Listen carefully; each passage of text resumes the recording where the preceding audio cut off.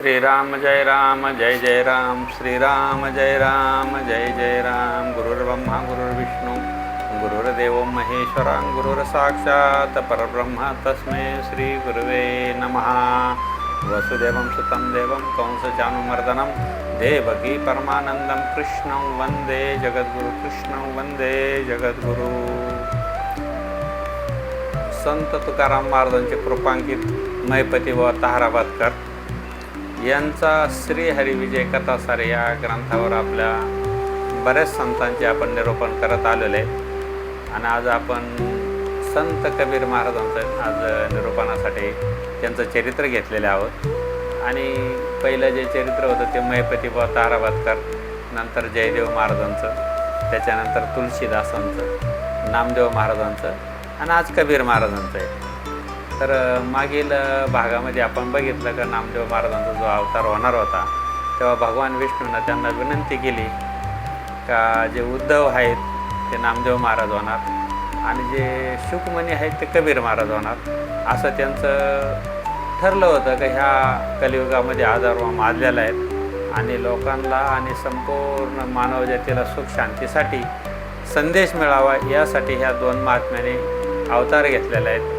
तर नामदेव महाराजांचं चरित्र आपण मागल्या वेळेस बघितलं तर त्यांच्या अवताराची कहाणी अशी आहे की त्यांनी सांगितलं की आम्ही अवतार घेतो पण आम्ही अयोनी संभव अवतार घेणार आहे, आम्ही कोणत्या स्त्रीच्या पोटातून जन्माला येणार नाहीत। ते भगवान विष्णूंना मान्य केलं आणि त्यांना त्या दोन्हींना शिंपल्यामध्ये अवतार धारण करून प्रत्यक्षात लहान मुलाच्या स्वरूपातच ते या जगतामध्ये ते बाहेर आलेत, अवतार करण्यासाठी आलेत।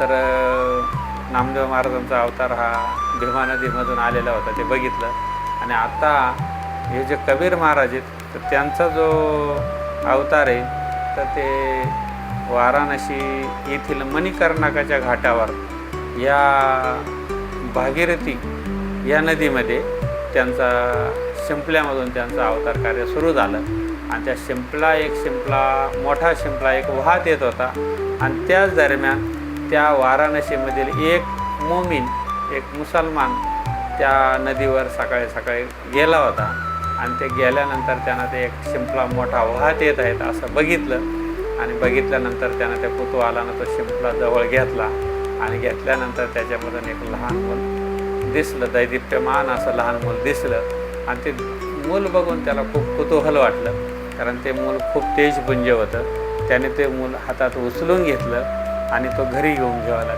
त्याला जाऊन तो धरला आणि उकलून तर त्यामध्ये एक ताने बालक दिसले, त्याला पाहून ते आनंदले, त्याने धुतलेले सूत पाठीवर टाकले आणि त्या मुलाला घेऊन घर गाठले। त्या बालकाला त्याने आपल्या पत्नीजवळ दिलेत आणि हे सुंदर बालक मला गंगेत सापडलं, याचा नीट सांभाळ कर असं त्यानं पत्नीला सांगितलं। तर त्या पद्धतीनं त्या मुलाला, त्या गोंडस मुलाला बघून त्या मोमीन नावाचा जो मुसलमान भक्त होता त्यालाही त्याच्या पत्नीला पाना फुटला आणि त्यांना ते मुलबाळ नव्हतं, त्यांना ते मूल बघून खूपच आनंद झाला, त्याच्या पत्नीलाही आनंद झाला आणि त्या मुलाचं संगोपन करण्याचं त्यांनी ठरवलं। म्हणजे अशा पद्धतीनं हा एक कबीर महाराज एक अयोनी संभव आहेत, परंतु एका मोमीन च्या घरात वाढल्यामुळं त्याला मुसलमान असं समजलं जातं, परंतु त्या कोणत्याही जातीच्या पलीकडे ते निर्गुणातून आलेले आहेत आणि ते प्रत्यक्षात शुकमुनींचे अवतार आहेत हे ग्रंथामध्ये स्पष्ट आलेले आहेत। आणि अशा पद्धतीने त्याचा कबीर महाराजांचा त्यांना नामकरण विधी करायचं ठरलं तर त्यांनी मोमीन पद्धतीनं कबीर असं नाव त्यांना ठेवण्यात आलं आणि कबीर लहानपणापासूनच त्यांना राम नामाची गोडी होती, ते सततच अगदी जसं बोलता यायला तसं ते राम राम राम राम असं म्हणणारं कबीर महाराजांची वैखरीवाणी सतत चालू होती। आणि असा महान भगवत भक्त मोमीन कुटुंबाला मिळाल्यामुळं त्यांच्याही घरामध्ये खूप वातावरण शुद्ध झालं होतं आणि त्यांना खूप आनंद वाटत होता त्या मुलाकडं बघून। आणि कबीर मोठे झाल्यानंतर माता पित्यांनी त्यांचा विवाह करण्याचं ठरवलं आणि त्या कबीर महाराजांचा विवाह करून दिला, परंतु ते सतत रामनामामध्ये मग्न असायचे, त्याला रामनामा सोडून काही करमतच नसायचं आणि ते इतर कोणत्याही गोष्टीकडे लक्ष देतच नसायचे, ते सतत त्यांच्या ध्यानामग्न अवस्थेमध्ये रामनाम घेत बसायचे आणि त्यांचं कोणत्याही कार्याकडे विशेष असं लक्षच नसायचं। आणि त्यांचं वैशिष्ट्य असं आहे की त्यांच्यापासून कोणी द्रव्य चोरून नेलं तरी त्याला काय म्हणत नव्हते, आणि कोणी द्रव्य आणून टाकलं तरी त्याला ते हात लावित नव्हते. कुठं द्रव्य जरी दिसलं, त्यांना पैसे जरी दिसले रस्त्यानं किंवा कुठं, तरी ते त्याला हात लावित नव्हते. म्हणजे एवढं वैराग्यपूर्ण असं कबीर महाराजांचं जीवन सुरू झालं होतं. म्हणजे ते उदासीन होते आणि ते सतत रामनामामध्ये दंग असायचे. आणि असं बघितल्यानंतर त्यांच्या मातापित्यांना त्यांच्याविषयी जरा त्यांची ती उदासीन वृत्ती बघून त्यांना विशेष वाटायला लागलं का आपल्या ह्या मुलाचं कसं होणार. मग त्यांनी लहानपणीच मग ठरवलं का आता आपण आपल्या मुलाला त्याचा जो विणकाम व्यवसाय होता हातमागाचा व्यवसाय करायचा ठरवलं. त्यांना ते काम त्यांच्यावर जबाबदारी टाकायची. तर ते विणकाम कसं करायचं, काय करायचं, कसं ते आईवडिलांनी त्याला शिकवलं. परंतु त्यांचं लक्ष त्याच्यात लागत नव्हतं. ते कधी विणकाम करता करता डोळे मिटून बसायचे आणि रामनाम घेत बसायचे. आणि असं करता करता कधी कधी असं व्हायचं की त्यांची आई ओरडायची त्यांच्यावर, तर तू काम करता करता मध्येच डोळे मिटवतो, तुझं लक्ष नाही कामाकडं. मग नंतर असं झालं का भगवान श्रीरामाला त्यांची दया यायला लागली.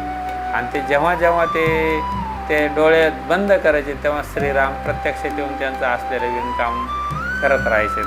आणि ते असं करून रामाला त्यांच्या भक्ताची दया येऊन ते कबीरासाठी विणकाम करायचे. श्रीरामांना अदृश्य होऊन त्यांचे कौतुक पाहावे व ते ध्यानमग्न होतात.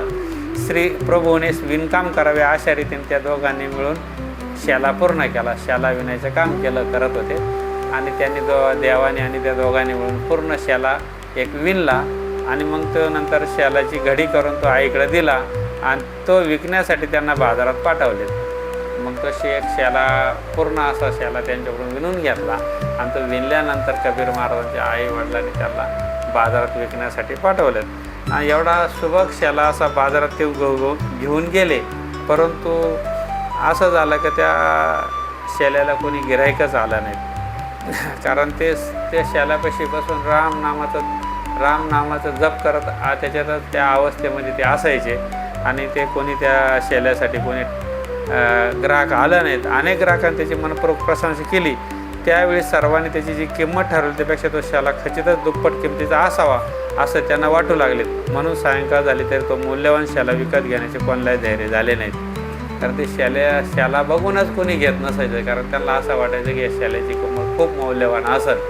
असं करता करता तो संध्याकाळ झाली, तो शाला विकला नाहीत. आणि तो शाला घेऊन तसेच कबीर महाराज निराश मनाने घराकडे निघालेत.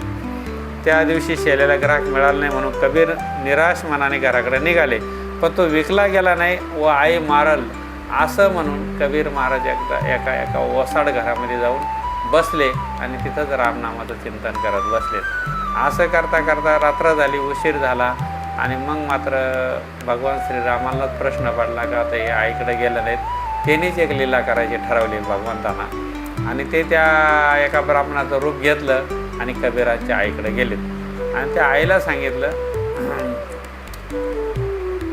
जाऊन म्हणाले तर त्या भगवान श्रीरामाने प्रथम कबीरांचीच परीक्षा घेतली. आणि त्या कबीराकडे गेलेत आणि त्यांना म्हणले, एका वृद्ध ब्राह्मणाचं रूप घेतलं आणि म्हणे मला आता खूप थंडी वाजते, मला शाला पांघरायला द्या. तो मौल्यवान शाला असा तो अर्धा कापला आणि कबीरांनी त्या वृद्ध ब्राह्मणाला दिला.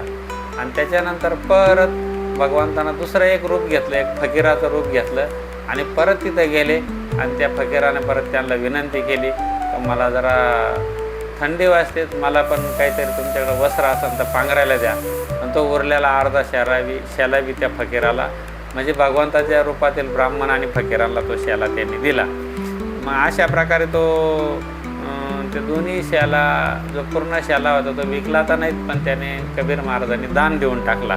आणि मग दान दिल्यानंतर मात्र कबीरांकडे काही राहिलं नाहीत आणि ते बसले निवांत तिथंच भजन करीत.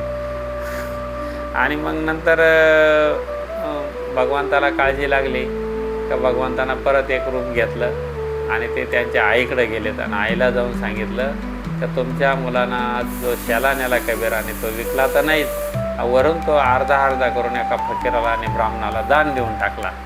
आणि असं म्हटल्यानंतर त्या आईला सांगितलं तर तो एका ओसाड बंद घरामध्ये जाऊन बसलेला आहे. तर तुम्ही भगवंत स्वतः त्या त्यांच्या मातोश्रीला तिथे घेऊन आलेत आणि त्यांना जरा धडा शिकवा असं देवाने मुद्दाम होऊन सांगितलं त्यांच्या कबीरांच्या आईला. आणि अशा प्रकारे ते आईला तिथे घेऊन आलेत. ते बघितलं तर ते एका ओसाड घरामध्ये कबीर बसलेले, तो शेला पण तिथं दिसला नाही. म्हणून त्यांच्या आईनं एक काठी घेतली, ती काठी पण भगवंतांना दिली, त्या ब्राह्मणाच्या रूप घेतलेल्या श्रीरामानं काठी दिली. आणि त्या कबीर महाराजांना त्यांच्या आईनं खूप मारलं. पण मारलं तर ते वळ त्या कबीरांच्या अंगावर न वाटता ते भगवान श्रीरामाच्या अंगावर वळ वाटायला लागले. आणि ते असं झाल्यानंतर श्रीराम स्वतः जवळ आले आईच्या आणि त्यांच्या आईला सांगितलं की तुम्ही आता यांना मारू नका, तुम्ही त्यांना जे मारतात ते मला लागतंय. असं म्हणल्यानंतर मात्र आई त्यांच्या सावध झाल्यात, काही असं कसं शक्य आहे. आणि अशा म्हणल्यानंतर कबीर महाराजांना आणि त्यांच्या आईला प्रत्यक्षात भगवान श्रीकृष्णाने कमंडल आपलं जे त्यांचं स्वरूप आहे प्रत्यक्षात धनुष्यबाण घेऊन असलेलं ते स्वरूप प्रत्यक्षात ब्राह्मण रूप वृद्ध त्या दोघा मायलेकांना भगवंतांना दर्शन दिलं. आणि ते दर्शन दिल्यानंतर त्यांच्या आईला आपल्या मुलाचं महत्त्व पटलं का आपला मुलगा किती उच्च कोटीतला महान हरिभक्त आहेत, त्याच्या कृपेनं आपल्याला आज भगवान श्रीरामाचं प्रत्यक्षात दर्शन झालं. आणि असं म्हणल्यानंतर त्यांच्या आईच्या डोळ्यातून पाणी आलं आणि कबीर महाराजांना त्यांनी आलिंगन दिलं भगवंतांना. आणि कबीर महाराजांचं मन सद्गतीत झालं. आणि असं झाल्यानंतर ते भगवान श्रीराम तिथून गुप्त झालेत.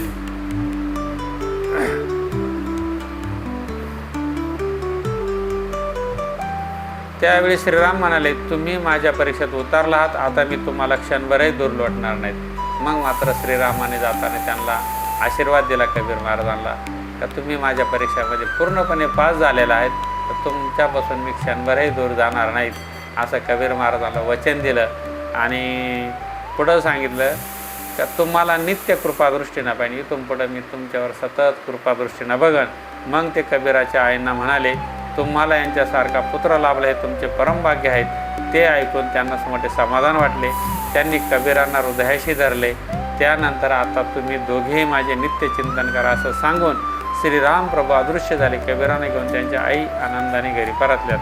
अशा प्रकारे हा 5व्या अध्यायामध्ये असा उल्लेख आलेला आहे. आणि कबीर महाराजांचे दोहे म्हणून हे खूप संपूर्ण जगभर प्रसिद्ध आहेत. कबीराचे दोहे आपल्याकडं जसं अभंग आहे तसं त्यांच्या ज्या अभंगाला दोहे असं म्हटलं जातात. आणि त्या दोह्यामध्ये इतका गूढ अर्थ भरलेला आहे तर तो गूढ अर्थाचा आजही तत्त्वचिंतक इतके अभ्यास करतात आणि प्रत्येकाला त्याच्यातून एक नवीन ऊर्जा भेटते. तर असाच एक कबीर महाराजांचा एक छोटासा दोहा आहे, परंतु त्याच्यामध्ये इतकं सत्य लपलेलं आहे तर त्यांनी राम हा भगवान श्रीराम कसा नटलेला आहे, तो कुठे आहेत आणि तो कसा आहे. तर त्यांनी सांगितलं की एक राम घट घट में लेटा. एक राम हा प्रत्येक जीवामध्ये, तो पशु असो, पक्षी असो, मनुष्य असो, कोणी असो, असा तो चैतन्य रूपाने हा राम हा प्रत्येकाच्या घटघट में लेटा, म्हणजे प्रत्येकाच्या शरीरामध्ये तो झोपलेला आहे, तो आहे तिथं. एक राम दशरथ का बेटा. दुसरा जो राम आहे तो दशरथाचा जो मुलगा आहे तोच जो घटघट में लेटा आहे तोच चैतन्य रूपाने दशरथाच्या मुलाच्या रूपाने अवताराला आला. त्याच्यानंतर तिसरा जो राम आहे, एक राम का सकल पसारा. एक राम तिसरा जो राम आहे त्याचा सकल पसारा म्हणजे तो राम हा सर्व विश्वामध्ये कणाकणाने भरलेला आहे, म्हणजे तो नाही असं कुठं जागत नाही. एक राम का सकल पसारा. सर्व ही सृष्टी जी आहे त्याचा जो ही सृष्टी त्याचं एक लीलाविलासित अख्खी सृष्टीला तो एक त्याच्या विलासाने भरलेले आहेत असा तो तिसरा राम आहे. आणि चौथा राम एक राम सबसे न्यारा. तो राम निर्गुण आहेत, सगुण आहेत, निराकार आहेत. असा जो चौथा राम आहे तो सर्व पलीकडचा आहे. निर्गुण निराकार परमात्मा आहे. त्याला सुरुवात बी नाही आणि त्याला आरंभ नाही, त्याला मध्य नाहीत, अंत नाहीत. म्हणजे G god generation operate and destroy असा जो गॉड आहे तो याच्याही पलीकडला जो आहे तो चौथा जो राम आहे. आणि त्या चौथा रामाला सर्व संतांनी भजलेलं आहेत.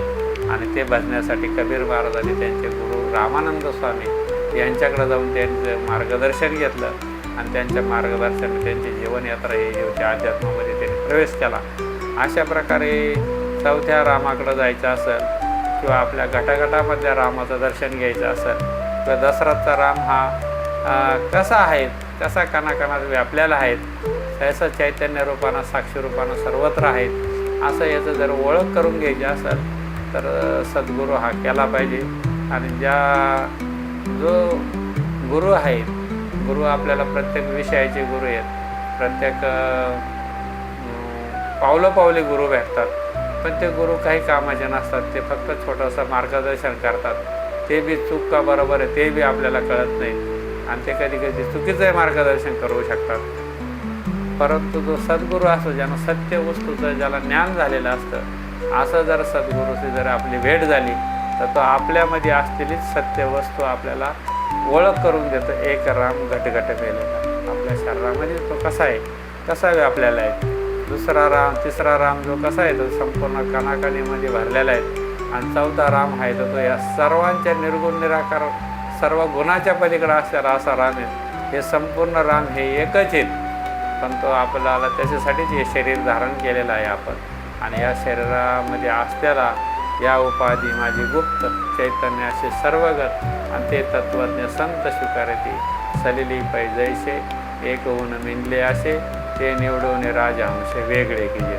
म्हणजे ह्या उपाधी माझी जसं गुप्त रूपाने चैतन्य आहेत ते संपूर्ण शरीरामध्ये सगळ्या पशुपक्षी कोणताही जर प्राणी असला तरी त्याच्यात आहेत, पण इतर प्राण्यांच्या काही हा विचारच नाहीत. इतर प्राण्याला ते चैतन्य कळत नाहीत. परंतु मनुष्य प्राणी हा तो त्याला बुद्धी दिलेली आहेत आणि त्या बुद्धीचा उपयोग करून विवेकाने साराचा विचार करून तो त्या गोष्टीचं आपण अवलोकन करू शकतो, त्याचा अनुभव घेऊ शकतो, ते जाणू शकतो.